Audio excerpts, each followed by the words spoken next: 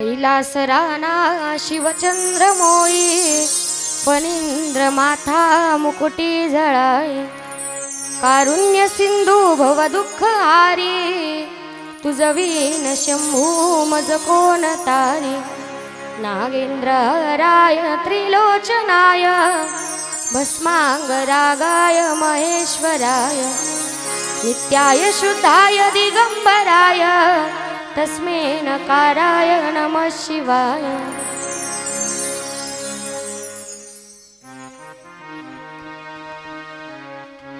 परम मंगलमय जीवाचं परम कल्याण करणारी साधकाला भक्ती सुखामध्ये नाहू घालणारी मुक्ती मोक्ष सहज लीलया आपल्या ओंजळीमध्ये घालणारी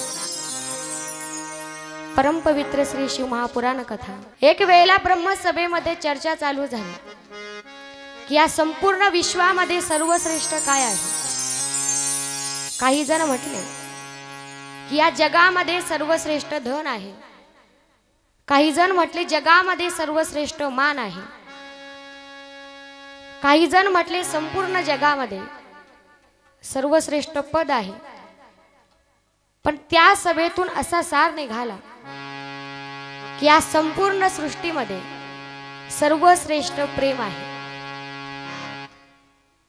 मग असा सभेतून सार निघाला।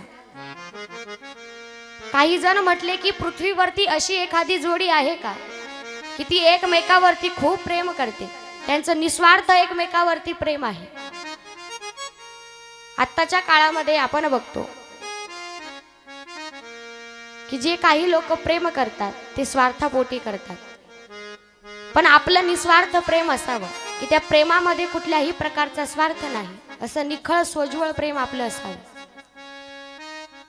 असं सोज्वळ प्रेम बघायचं झालं तर जे प्रेम गोपिकांनी भगवान श्रीकृष्णावरती केलं ते निखळ सोज्वळ प्रेम आहे। जे प्रेम राधिकेने भगवान गोपाल कृष्णावरती केलं ते निखळ आणि सोज्वळ प्रेम आहे। जे प्रेम सर्व संत मंडळी भगवान परमात्मावरती करतात ते निखळ आणि सोज्वळ प्रेम आहे। त्या ठिकाणी प्रश्न उत्पन्न झाला की पृथ्वीवरती अशी एखादी जोडी आहे का की ती एकमेकावरती खूपच प्रेम करते, अगदी त्यांचं निस्वार्थ प्रेम आहे, अशी एखादी जोडी आहे का? काही जण म्हटले हो, अशी एक जोडी आहे, ती म्हणजे भोलेनाथांची आणि माता पार्वतीची, की जे एकमेकावरती खूपच प्रेम करतात, त्यांच्या प्रेमामध्ये कुठलाही स्वार्थ नाही, असं काही जण बोलले। आणि त्याच ब्रह्मसभेमध्ये एक शेंडीवाले बाबा बसले होते। भोलेनाथांचं माता पार्वतीचं नाव ऐकलं आणि त्यांची शेंडी टाईट झाली। ते म्हटले भगवान भोलेनाथ माता पार्वती एकमेकावरती यांचं निस्वार्थ प्रेम आहे, मग नक्कीच मी यांच्या प्रेमाची परीक्षा घेण्यासाठी जाणार। असे शेंडीवाले बाबा सर्वांना माहिती आहे कोण आहेत ते? नारद मुनी। नारद मुनी म्हणतात भगवान भोलेनाथ माता पार्वती यांचं दोघांचं एकमेकावरती निस्वार्थ प्रेम आहे, मी यांची परीक्षा घेण्यासाठी जातो। त्या ठिकाणी नारदजी नारायणाचं नामस्मरण करत नामचिंतन करत कैलास पर्वतावरती आले। कैलास पर्वतावरती आल्यानंतर बघितलं तर कैलासावरती भगवान भोलेनाथ नाही, फक्त माता पार्वती आहे। नारदजींना समोर बघितलं, नारदजींचं माता पार्वतींनी स्वागत केलं। या गुरुजी, बऱ्याच दिवसानंतर आलात, अगदी बरेच दिवस झालं, तुमची माझी काही गाठ भेट नाही। अगदी ज्या वेळेला आमचं लग्न जुळायचं होतं त्या वेळेला आमच्यामध्ये तुम्ही मध्यस्थी केली, म्हणून भोलेनाथांचं माझं लग्न झालं।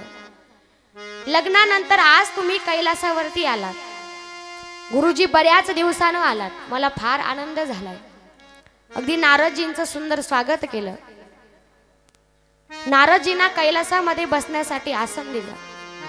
नारदजी बसले आणि माता पार्वतींचा आणि नारदजींचा संवाद चालू झाला। नारदजी म्हणतायत माते पार्वती, अगं तुझा विवाह होऊन बरेच दिवस झाले, भोलेनाथांचे अगोदर सुद्धा विवाह झालेले आहेत. मग भोलेनाथांची मागची पत्नी सती, तिची भोलेनाथांना आठवण वगैरे येते का नाही? पार्वती माता म्हणतायत नारदजी, अहो गुरुजी, त्या सतीची भगवान भोलेनाथांना आठवण येते का नाही मला माहिती नाही, पण भगवान भोलेनाथांचा आणि माझा जो प्रपंच आहे तो अगदी सुरळीतपणे चाललेला आहे. भोलेनाथ माझ्यावरती खूप प्रेम करतात, अगदी कुठलीच गोष्ट माझ्यापासून लपवत नाही. त्यांचं अगदी निखळ सोज्वळ माझ्यावरती प्रेम आहे. नारदजी म्हटले, पार्वती, कुठलीच गोष्ट तुमच्यापासून लपवत नाही, पण एक गोष्ट नक्की त्यांनी तुमच्यापासून लपवलेली असेल. नाही म्हणे, कुठलीच गोष्ट लपवत नाही.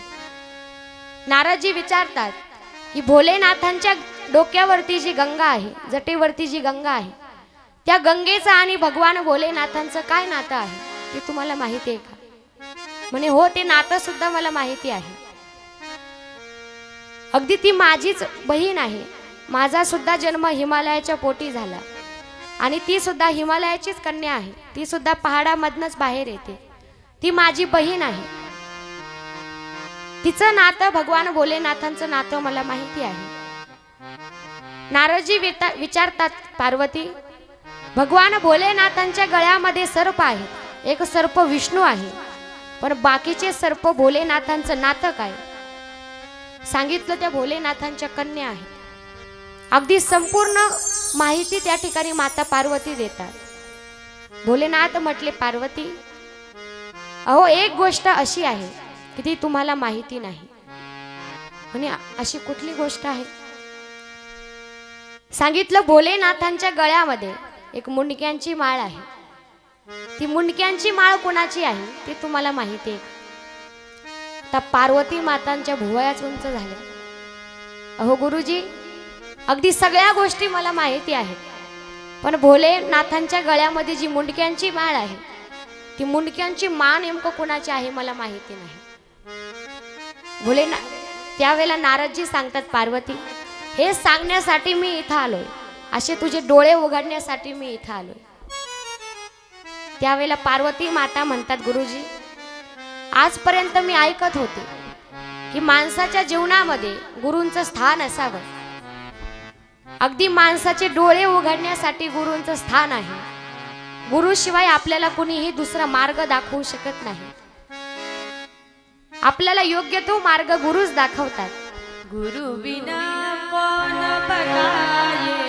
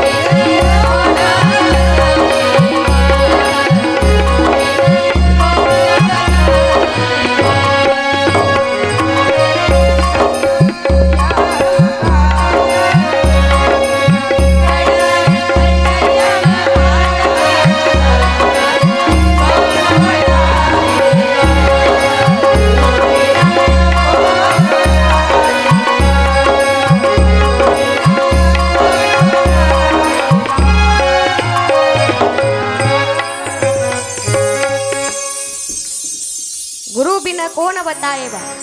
पार्वती माता म्हणतात, गुरुजी, अहो, माणसाच्या जीवनामध्ये गुरूंचं फार दिव्य असं स्थान आहे. माणसाचे डोळे उघडण्यासाठी गुरु असलेच पाहिजेत. ही गोष्ट मी फक्त ऐकत आले होते, पण आता या गोष्टीचा अनुभव आला. गुरुजी, तुम्ही या ठिकाणी आलात, तुम्ही माझे बंद असलेले डोळे उघडले. गुरुजी, तुम्ही महान आहात. त्या ठिकाणी नारदजी म्हणतायत, पार्वती, ज्या वेळेला भगवान भोलेनाथ कैलास पर्वतावरती येतील त्यावेळेला पहिला प्रश्न हा तुम्ही विचारा. पार्वती माता म्हटल्या, गुरुजी, हो या अगोदर सुद्धा मी भोलेनाथांना फार वेळेला हा प्रश्न विचारला, पण भगवान भोलेनाथ प्रश्न विचारला की लगेच विषय बदलतात. नारदजी सांगतात, पार्वती, आता हा प्रश्न तू विचारूनच घे, याचं उत्तर तू माहिती करून घे. अशी नारदजींनी त्या ठिकाणी आग लावली आणि नारदजी निघून गेले. अगदी मागच्या सत्रामध्ये मी तुम्हाला सांगितलं होतं की हा एक नारदजींच्या जीवनातील प्लस पॉइंट आहे. नारदजी ज्या ठिकाणी जातील अगदी त्या ठिकाणी आगच लावतात. पण असं सुद्धा तुम्हाला मी सांगितलं होतं की ग्रंथातले नारदजी आमचे बरे आहेत, पण काही काही गावचे नारदजी इतके बेकार असतात, इतके बेकार असतात. नारदजींनी ज्या ज्या ठिकाणी आग लावली त्या त्या ठिकाणी काहीतरी भलं झालंय, पण गावच्या नारदजीने आग लावली की सख्या सख्या भावाचे भांडण होतात, नवरा बायकोचं जमत नाही, अगदी गावात वर्षानुवर्षापासून चालू असलेला सप्ताह बंद पडतो. अशी सुद्धा काही नारदजी असतात. त्यापेक्षा आमचे नारदजी जरा बरे आहेत. नारदजीने त्या ठिकाणी आग लावली आणि नारदजी त्या ठिकाणी आग लावून पुन्हा त्यांच्या पुढच्या कामाला निघून गेले. इकडे माता पार्वती टेन्शन मध्ये आहे की भोलेनाथांच्या गळ्यामध्ये मुंडक्यांची माळ आहे, पण ती मुंडक्यांची माळ असेल तरी कुणाची, त्या माळीतले जे मुंडके आहेत ते कुणाचे असतील, माता पार्वती विचार करतायत. तेवढ्यामध्ये भगवान भोलेनाथ कैलास पर्वतावरती आले आणि कैलास पर्वतावरती आल्यानंतर रोज माता पार्वतीचा नित्यक्रम, भोलेनाथ कैलासावरती त्यांचं आगमन झालं की लगेच भोलेनाथांच्या समोर जाणार, भोलेनाथांच्या हातातील त्रिशूळ घेणार, भोलेनाथांची ती झोळी घेणार. पण आज मात्र पार्वती काही आलीच नाही. आज नक्कीच पार्वती माझ्यावरती रुसलेली आहे. भोलेनाथ कैलासामध्ये येतात. आल्यानंतर बघितलं तर रोज पार्वतीचा चेहरा अगदी गुलाबाच्या फुलासारखा होता, पण त्या दिवशी भोलेनाथांनी बघितलं की पार्वतीचा चेहरा अगदी सूर्यफुलासारखा सुकलेला आहे. भोलेनाथांनी विचारलं, पार्वती, अगं काय झालं तुला, असा तुझा चेहरा सुकलेला का? पार्वती माता म्हटल्या, स्वामी, अहो माझा एक प्रश्न आहे, त्या प्रश्नाचं तुम्ही मला योग्य उत्तर द्या, मी लगेच माझा चेहरा पुन्हा गुलाबाच्या फुलासारखा करते. भोलेनाथ म्हटले, पार्वती, तुझ्या प्रश्नाचं मी उत्तर देतो, पण अगोदर माझ्या एका प्रश्नाचं उत्तर दे. मी ज्या वेळेला फेरीसाठी बाहेर गेलो, मी बाहेर गेल्यानंतर पुन्हा कैलासामध्ये येईपर्यंत या कैलास पर्वतावरती कोण कोण आलं होतं? पार्वती माता म्हटल्या, स्वामी, बाकी कोणी आलं नाही, फक्त माझे गुरुजी आले होते. भोलेनाथ म्हटले, गुरुजी आले म्हटल्यानंतर नक्कीच काहीतरी आग लावून गेली असते. आता आग तर लागली, आग विझवण्यासाठी पाहिजे पेट्रोल, डिझेल, बरोबर का? आग लागल्यानंतर आग विझवण्यासाठी काय पाहिजे? पाणी. भोलेनाथ विचार करतात की गुरुजी आले, आग लावून गेले, पण ही आग आता विझवावी लागेल. भोलेनाथ म्हटले, बोल पार्वती, तुझा काय प्रश्न आहे? पार्वती माता म्हटल्या, स्वामी, अहो तुमच्या गळ्यामध्ये एक मुंडक्यांची माळ आहे, त्या मुंडक्यांच्या माळेतील जे मुंडके आहेत ते नेमकं कुणाचे आहेत हे मला माहितीच नाही. भोलेनाथ म्हटले, पार्वती, एवढाच तर प्रश्न आहे, पुन्हा कधीतरी उत्तर देतो. पुन्हा कधीतरी म्हटल्यानंतर आगीत डिझेल ओतल्यासारखं झालं. पार्वती माता म्हटले, नाही स्वामी, या प्रश्नाचं उत्तर तुम्हाला आताच द्यावं लागेल. सांगा, ही मुंडक्यांची माळ कोणाची आहे? भोलेनाथ म्हणतात, पार्वती, तुझ्या मनामध्ये काही संशय असेल तर मी या गोष्टीचं तुला उत्तर देतो. ऐक पार्वती, या अगोदर तुझे अनेक अवतार झाले, तू कधी भगवती झालीस, कधी अपर्णा झालीस, कधी सती झाली, तुझे अनेक या अगोदर अवतार झाले, पण प्रत्येक अवतारामध्ये पार्वती तुझा आणि माझा वियोग झाला, आणि तुझा आणि माझा वियोग झाल्यामुळे तुझा वियोग मी सहन करू शकलो नाही, म्हणून अगदी तुझी प्रत्येक अवतारातील तुझ्या शरीराची ती कवठी घ्यावी आणि ती कवठी मी या माळेमध्ये गुंफावी. माझ्या या संपूर्ण माळेतील ज्या कवठ्या आहेत, जी मुंडके आहेत, ते प्रत्येक तुझ्याच अवताराचे आहेत. असं ते भोलेनाथांचं उत्तर ऐकलं आणि मग माता पार्वती विचार करतायत की भगवान भोलेनाथ माझ्यावरती खूपच प्रेम करतात. भगवान भोलेनाथ माता पार्वतीवरती इतकं प्रेम करतात की त्या प्रेमाच्या भरामध्ये भगवान भोलेनाथांनी पार्वतीला त्यांच्या अर्ध्या शरीरामध्ये जागा दिली. भगवान भोलेनाथ अर्धनारी नटेश्वर झाले. एवढं प्रेम भगवान भोलेनाथ माता पार्वतीवरती करतात. अगदी जेवढं प्रेम सतीवरती करत होते तेवढंच प्रेम माता पार्वतीवरती करतात. अगदी त्या दोघांचा पुढे प्रपंच चालू झालाय. पण त्यांचा प्रपंच चालू असताना ते अगदी कुठल्याच संसारिक गोष्टीचं चिंतन करत नव्हते. रोज सकाळी उठलं की त्यांचा सत्संग चालू, रोज सकाळी उठलं की सत्संगाची चर्चा चालू. भगवान भोलेनाथ माता पार्वतीला अनेक प्रकारचं दिव्य ज्ञान देतात. भगवान भोलेनाथ सांगतात, पार्वती,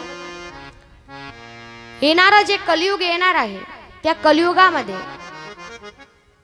माणसं जास्त परमार्थ करणार नाहीत. माणसांचं जास्त प्रपंचाकडे लक्ष असेल. अगदी निवडक काहीतरी माणसं असतील की ते जास्त परमार्थाकडे लक्ष देतील. आपणही आताच्या काळामध्ये बघतो की मोजकेच लोक असतात की ते कथा कीर्तनाला येऊन बसतात. जास्त लोकांचं आपल्या प्रपंचाकडे लक्ष आहे. लवकर त्यांची वाटचाल परमार्थामध्ये होत नाही. भोलेनाथ सांगतात, पार्वती, येणाऱ्या कलियुगामध्ये माणसं प्रपंचाकडे जास्त लक्ष देतील, परमार्थाकडे अगदी त्यांचं कमी लक्ष असेल. अगदी नखाबोटाने संसार करतील, पण जास्त परमार्थामध्ये लक्ष ते देणार नाही. अगदी माणसं इतके नखाबोटाने संसार करतात, इतके नखाबोटाने संसार करतात. दुसऱ्याने आपल्या बांधाकडे डोकून जरी बघितलं, लगेच त्याच्याकडे भांडायला जाणार. तो माणूस झोपला, शेजारी झोपला की रात्री जाऊन त्याचे बांध कोरणार. याने 1 एकराची 5 एकर जमीन केली बांध कोरू कोरू. एवढा नखाबोटाने संसार चालू. अगदी किती नखाबोटाने संसार करतात. एक उदाहरण सांगते आणि पटवून देते. एका गावामध्ये एक आजोबा राहत होते. अगदी नखाबोटाने त्यांचा संसार चालू. बांध कोरू कोरू इतकी त्याने जमीन वाढवली फारच. ते आजोबा होते सातारा भागाचे. कुठले होते? सातारा भागातील. सातारा भागातील ते आजोबा अगदी नखाबोटाने संसार करायचे. पण फारच दिवस त्यांनी संसार केला आणि आजोबांचं फार वय झालं. आजोबा MH 85 मध्ये गेले आणि आजोबांना आता उठता येत नाही, बसता येत नाही, चालता येत नाही. आजोबा थोडे प्रापंचिक होते, परमार्थ करत नव्हते. पण त्या आजोबाचे 2 लेकरं, ते 2 लेकरं फारच परमार्थिक निवडले. अगदी त्यांना संपूर्ण परमार्थाचा छंद होता. अगदी कीर्तनाचा छंद, भजनाचा छंद. असे ते 2 लेकरं त्यांच्या वडिलांना म्हणायचे, बाबा, अहो तुमचं 85 वर्ष झालंय, आता तुमचा मरण काळ जवळ आलाय. आता तुम्ही भगवान परमात्माचं नाव घ्या, भगवंताचं भजन करा. बाबा म्हणायचे, काय म्हणू? मुलगा सांगायचा, बाबा, अहो तुम्ही विठ्ठल म्हणा.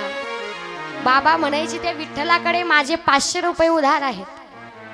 म्हणे, मग विठ्ठल नाही तर नारायण म्हणा. म्हणे, नारायणाचा मी बांध कोरलाय, त्याचे माझे भांडण नाही, त्याचं नाव मी घेणार नाही. मुले समजावून सांगायचे, बाबा तुम्ही देवाचं नामचिंतन करा. पण बाबा काही ऐकायला तयार नाही. एक दिवस असंच बाबा बाजीवरती झोपलेले होते आणि त्या बाजीच्या एका पायाला एक वासरू बांधलेलं होते आणि त्याच वासराच्या शेजारी एक केरसुनी पडलेली होती. केरसुनी म्हणजे काय माहिती आहे का? केरसुनी म्हणजे झाडू. तुमच्याकडे फडा म्हणतात का? फडा. गावागावामध्ये भाषेचा बदल. बाबा होते सातारा भागातील. साताऱ्याच्या भागामध्ये फडेला जो झाडू असतो त्याला केरसुनी म्हणतात. आम्ही साताऱ्याच्या भागामध्ये एकदा कीर्तनाला गेलतो आमच्या दिदींसोबत. तिथे गेल्यानंतर एक आजीबाई आम्हाला जेवण वाढायला आल्या आणि सगळं जेवण वाढलं आणि एका वाटीमध्ये काहीतरी पदार्थ घेऊन आल्या. सगळे कलाकार मंडळी सुद्धा आमच्या सोबत होते. अगदी वाटीमध्ये काहीतरी घेऊन आल्या आणि मला म्हटलं, ताई तुम्हाला चटका देऊ का? म्हटलं आजी चटका बिटका काही नको. म्हटलं बऱ्याच दिवसानंतर साताऱ्या भागामध्ये आले, पहिलीच वेळ आहे माझी आणि तुमच्याकडे काय महाराज आल्यानंतर चटका देतात का? हो म्हणे, आमच्या साताऱ्याचा चटका फारच प्रसिद्ध आहे. आमच्याकडे जो कोणते महाराज येतील त्यांना आम्ही चटका देतो म्हणजे देतोच. म्हटलं आजी आणखी जेवण करायचंय, मग कीर्तन करायचंय. असा तुम्ही मला कीर्तनाच्या आधी चटका दिला तर मी कीर्तनात काय करू? नाही म्हणे, ताई जास्त नाही, थोडा चटका घ्या. म्हटलं आता काय गंमत झाली आजीची. आजी म्हटल्या, ताई थोडा चटका घ्या. म्हटलं मला अजिबात नको, माझ्या वारचा चटका सगळ्या कलाकारांना द्या, पण मला काही देऊ नका. पण त्याच गावचे एक वयस्कर बाबा आमच्या सोबत पंक्तीला बसले होते. त्यांच्या लक्षात आलं की या ताईंना चटका म्हणजे काय समजलं नाही. ते वयस्कर आजोबा म्हटले, आजी ताईंवरचा चटका मला द्या. म्हटलं बाबा तुमचं एवढं वय झालंय, माझ्यावरचा चटका तुम्ही कशाला घेता? आजोबा म्हटले, ताई तुम्ही थोडा वेळ शांत बसा, तुमच्यावरचा चटका मी घेतो. मग त्या ठिकाणी आजीबाईंनी ती वाटी खाली केली आणि त्या वाटीतून चमचाभर ठेचा, तुमच्याकडे काय म्हणतात ठेचा, तो चमचाभर ठेचा चटणी काढली आणि त्या आजोबांच्या ताटात ठेवली. तेव्हा मला समजलं की ठेच्याला चटणी म्हणतात, की त्या चटणीलाच त्या ठिकाणी चटका म्हणतात. असा गावागावामध्ये भाषेचा बदल. आजोबा होते साताऱ्या भागाचे, तिकडे झाडूला केरसुनी म्हणतात. आजोबा ज्या बाजीवरती झोपलेले होते, बाजीच्या एका पायाला वासरू बांधलेलं आणि त्या वासराच्या शेजाला केरसुनी पडलेली होती आणि ते वासरू केरसुनी खात होतं. बाबांनी पाहिलं वासरू केरसुनी खात आहे, पण बाबांचं यमेच 85 वय वर्ष झालेलं. आजोबांना काही बोलता येत नव्हतं, सगळे बत्तीशे त्यांची पडलेली, त्यांना काही बोलता येत नाही. मग वासरू केरसुनी खात आहे एवढं सुद्धा त्यांना म्हणता आलं नाही. आजोबा अगदी त्यांच्या भाषेत म्हणतात, वा के, वासरू केरसुनी खाते म्हणताच येत नाही. आजोबा फक्त वा आणि के एवढंच. आजोबा मोठमोठ्यानं वा के मोठमोठ्यानं ओरडू लागले. मुलांच्या कानावरती बाबांचा आवाज गेला. मुलं जोरातच पळत आली. मुलांना वाटलं आपल्या आजोबाला मरत्या वेळी वासुदेवा केशवाच म्हणायचं. ते मुलं म्हटले, बाबा काळजी करू नका, मरत्या वेळी तरी तुमच्या तोंडामध्ये देवाचं नाव नक्कीच येईल. तुम्हाला वासुदेवा केशवा म्हणावंच लागेल. अगदी डॉक्टरांना फोन केला, डॉक्टरांना बोलावून घेतलं.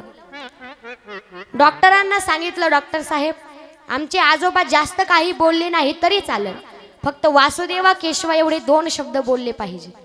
डॉक्टर म्हटले काही हरकत नाही, 2 शब्द काही वडील तुमचे 2 वाक्य बोलतील असं मी त्यांना 2 लाखाचं इंजेक्शन देतो, पण त्यासाठी 2 लाख रुपये द्यावे लागतील. मुलं म्हटले 2 लाख काय 4 लाख देतो. एवढी सगळी प्रॉपर्टी आमच्या वडिलांनी कमवून ठेवली, त्यांच्या उद्धारासाठी 2 लाख घालायला काय अडचण.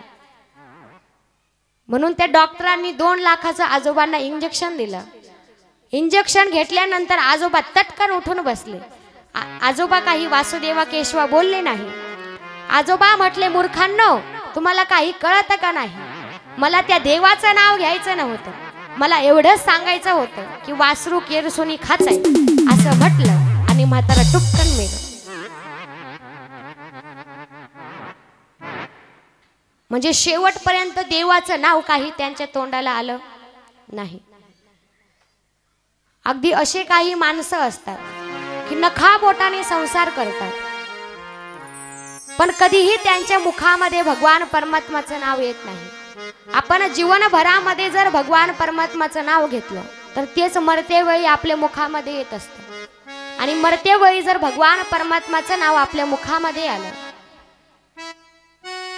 तर अगदी आपल्याला त्यानंतर चांगला पुढे मार्ग सापडतो किंवा आपलं त्या ठिकाणी फार पुण्य वाढतंय.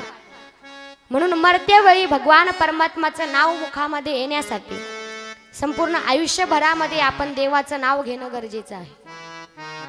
आणि मरतेवेळी जर भगवान परमात्माचं नाव आपल्या मुखामध्ये आलं तर संत मंडळी सांगतात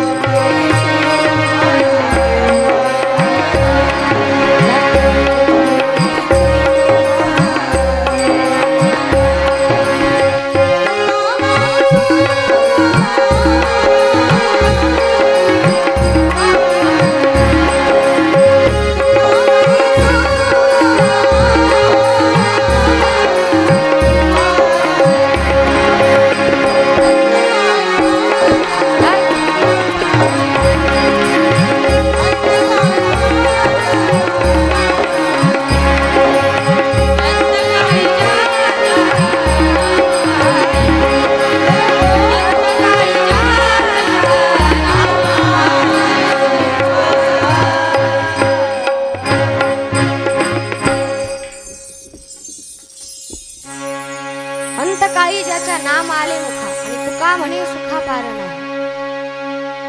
मरत्या वेळी जर भगवान परमात्माचं नाव आपल्या मुखामध्ये आलं तर अगदी आपल्या जीवनाचं कोटी कल्याण होते. पण मरत्या वेळी देवाचं नाव मुखामध्ये येण्यासाठी आपण आयुष्यभरामध्ये भगवान परमात्माचं नामचिंतन त्यासाठी करावं लागतं. भगवान भोलेनाथ सांगतात पार्वती, अगं कलियुगातील जे माणसं असतील ते अगदी नखाबोटाने संसार करते, पण लवकर परमार्थाकडे त्यांची वाटचाल होणार नाही. आणि या कलियुगातील लोकांचा जर त्यांना स्वतःचा उद्धार करून घ्यायचा असेल तर त्यासाठी त्यांच्याकडे एक सोपं साधन आहे, ते म्हणजे भगवान परमात्माचं नामचिंतन. त्यांचा उद्धार होण्यासाठी त्यांनी नामचिंतन करावं, भगवंताची भक्ती करावी. असं अनेक प्रकारची चर्चा भगवान भोलेनाथ आणि माता पार्वती यांच्यामध्ये चालते. यांचा या ठिकाणी सत्संग चाललाय, पण इकडे तारकासूर नावाचा दैत्य अगदी सर्व देवदेवतांना फार त्रास देतोय. अगदी त्यांना सळो की पळो करून सोडलंय. अगदी सर्व देवदेवता विचार करतात की हा तारकासूर आम्हाला फार त्रास देतोय. भगवान भोलेनाथांचं माता पार्वतीचा आपण विवाह लावून दिला, पण त्यांच्या पोटी आणखी संतान जन्माला आली नाही. म्हणून ते सर्व देवदेवता भगवान भोलेनाथाकडे येतात आणि भोलेनाथांना म्हणतात, भोलेनाथा, अहो स्वामी, किती दिवस झाले तुमचे दोघांचा विवाह झाला, पण तुमच्या पोटी एकही संतान जन्माला आली नाही. अहो तो तारकासूर नावाचा दैत्य अगदी त्याने आम्हा सर्व दैत्यांना त्रस्त करून सोडलं. तो आम्हाला फार त्रास देतो आणि त्याचा मृत्यू दुसऱ्या कोणत्याही देवाच्या हातनं होणार नाही. त्याला वर आहे, त्याला वरदान आहे की फक्त शिवपुत्राच्या हातनं तुझा मृत्यू होईल. म्हणून त्याचा मृत्यू होण्यासाठी तुमच्या पोटी संतान जन्माला येणं फार गरजेचं आहे. त्यावेळेला भोलेनाथ सांगतात, देवतांनो, तुम्ही म्हणतात ती गोष्ट बरोबर आहे. तो तारकासूर तुम्हाला फार त्रास देतोय, पण पार्वतीच्या पोटी संतान जन्माला येणं काही शक्य नाही, कारण ती बाकीच्या सामान्य स्त्रियांसारखी गर्भधारणा करू शकत नाही. ती अगदी आदिशक्ती आहे, ती जगतजननी आहे. ती सामान्य स्त्रियांसारखी गर्भधारणा करू शकत नाही. म्हणून तिच्या पोटी संतान जन्माला येईल आणि ती त्या ठिकाणी तारकासुराचा वध करेल, ही गोष्ट तुम्ही डोक्यात आणू नका. मग देवदेवता काळजीमध्ये आहेत की पार्वतीच्या पोटी तर मातेच्या पोटी संतान जन्माला येणार नाही. मग या तारकासुराचा वध करण्यासाठी शिवपुत्राचा जन्म होणं गरजेचं आहे. मग त्या ठिकाणी काय करावं? भोलेनाथ सांगतात देवतांनो, या पाठीमाग एक उपाय आहे. तुम्ही सर्वजण श्री विष्णूंकडे जा आणि श्री विष्णूंना असं सांगा, श्री विष्णूंना तुम्ही मोहिनी रूप धारण करण्यासाठी सांगा. असं भगवान भोलेनाथ देवतांना सांगतात. सर्व देव देवता श्री विष्णूंकडे येतात आणि श्री विष्णूंना सांगितलं की विष्णू, भगवान भोलेनाथांच्या पोटी संतान जन्माला येणं फार गरजेचं आहे. पण पार्वती माता काही सामान्य स्त्रीसारखी गर्भधारणा करू शकत नाही. म्हणून त्या ठिकाणी तुम्ही मोहिनी रूप धारण करा. म्हणून श्री विष्णू मोहिनी रूप धारण करतात. आणि ज्या वेळेला श्री विष्णू मोहिनी रूप धारण करून भोलेनाथांसमोर आले, भोलेनाथांनी श्री विष्णूंचं मोहिनी रूप पाहिलं आणि भोलेनाथ काम विभोर झाले आणि त्या ठिकाणी मोहिनीच्या मागे पळू लागले. पण या ठिकाणी एक प्रश्न निर्माण होईल की भोलेनाथ यांनी तर कामाला भस्म केलं, कामाला जाळलं, मग भगवान भोलेनाथ या ठिकाणी काम विभोर कसे झाले? तर ही भोलेनाथांची एक लीला आहे.